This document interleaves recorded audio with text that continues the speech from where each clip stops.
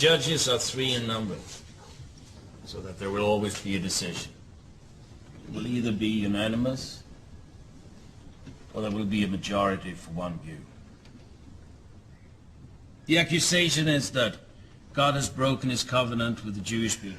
Who led us out of Egypt? Now we'll hear some sense. God led us out of Egypt. Another question.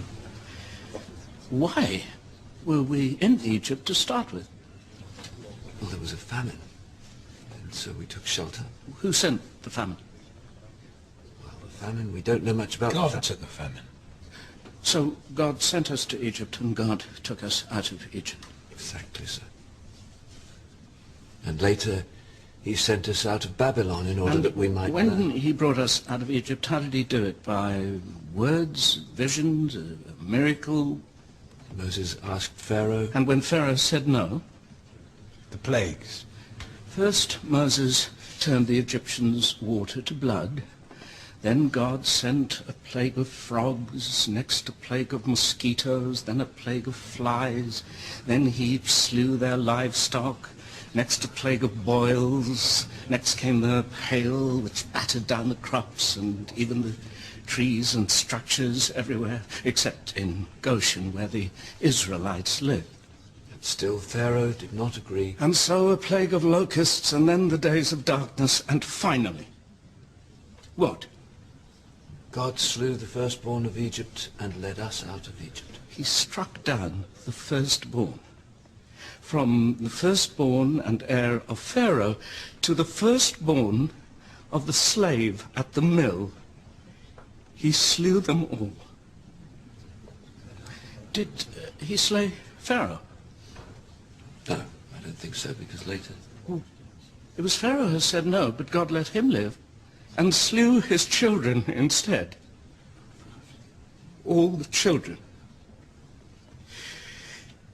And then the people of Israel made their escape, taking with them the gold and silver and jewelry and garments of the Egyptians. And then God drowned the soldiers who pursued them. He did not close the waters up so that the soldiers could not follow. He waited till they were following, and then he closed the waters. And then what? Then the desert, ultimately the promised land. Now, the promised land it's empty, a new place, uncultivated. No, As is written, when the Lord thy God shall bring you into the land, you shall cast out many nations before you. Nations much greater and mightier than you are. You shall smite them and utterly destroy them and make no covenant with them and show no mercy to them. He has shown us his favor. We are his people. And he gave us a king in Saul. Now, when the people of Amalek fought Saul's people, what did the Lord God command? I ask the scholar. Crush Amalek, put him under the curse of destruction. Was Saul to show mercy, to spare anyone? Do not spare Do him. not spare him, but kill. Kill man and woman, babe and suckling, ox and sheep, camels and donkey. So Saul set out to do this, and on the way he met the Kenites. Now these were not Amalek's people. He had no quarrel with them. He urged them to flee. And the Lord our God, was he pleased by the mercy of Saul, by the justice of Saul? No, he wasn't. And when Saul decided not to slaughter all the livestock, but to take it to feed his people, was God pleased by his prudence, his charity? No. No, he was not. He said, you have rejected the word of Adonai, therefore he has rejected you as king. So, seeking to please the Lord our God, Samuel brought forth King Agag and hacked him to pieces before the Lord at Gilgal. After Saul there came David, who took Bathsheba, the wife of Uriah the Hittite, to himself by arranging to have Uriah killed against the wishes of God. Did God strike David for this? In a manner of speaking. Did he strike Bathsheba? In the sense that when they had... Adonai said, since you have sinned me, the child will die. You asked earlier who punishes a child. God does. Now, did the child die suddenly, mercifully, without pain? In chapter 12 we learned that in actual fact... 7 days. 7 days that child spent dying in pain, while David wrapped himself in sack and ashes and fasted and sought to show his sorrow to God. Did God listen? The child died. Did that child find that God was just? Did the Amalekites think that Adonai was just?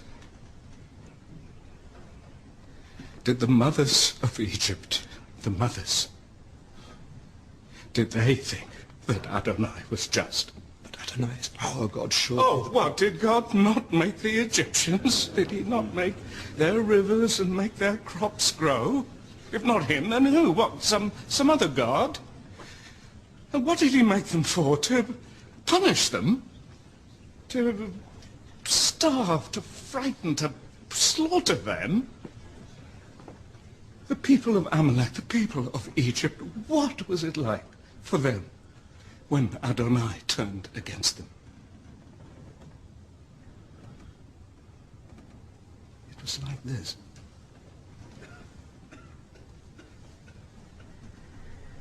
Today there was a selection, yes?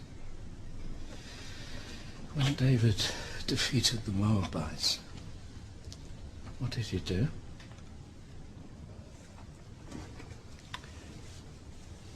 He made them lie on the ground in lines, and he chose one to live and two to die. We are become the Moabites. We are learning how it was for the Amalekites. They faced extinction at the hand of Adonai. They died for his purpose. They fell as we are falling. They were afraid as we are afraid. And what did they learn? They learned that Adonai, the Lord, our God is not good. He is not good. He was not ever good. He was only on our side.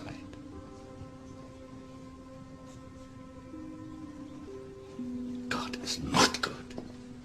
Oh, at the beginning when he repented that he had made human beings and flooded the earth. Why? What had they done to deserve annihilation? What could they have done to deserve such wholesale slaughter? What could they have done that was so bad? God is not good. When he asked Abraham to sacrifice his son, Abraham should have said no. We should have taught our God the justice that was in our hearts. We should have stood up to him. He's not good. He has simply been strong. He's simply been on our side. When we were brought here, we were brought by train. A guard slapped my face. On their belts they had written, Gott mit uns. God is with us. Now, who is to say that he is not? Perhaps he is. Is there any other explanation? What do we see here? His power, his majesty, his might, all these things, but turned against us. He is still God, but not our God. He has become our enemy. That's what's happened to the covenant. He has made a new covenant with someone else.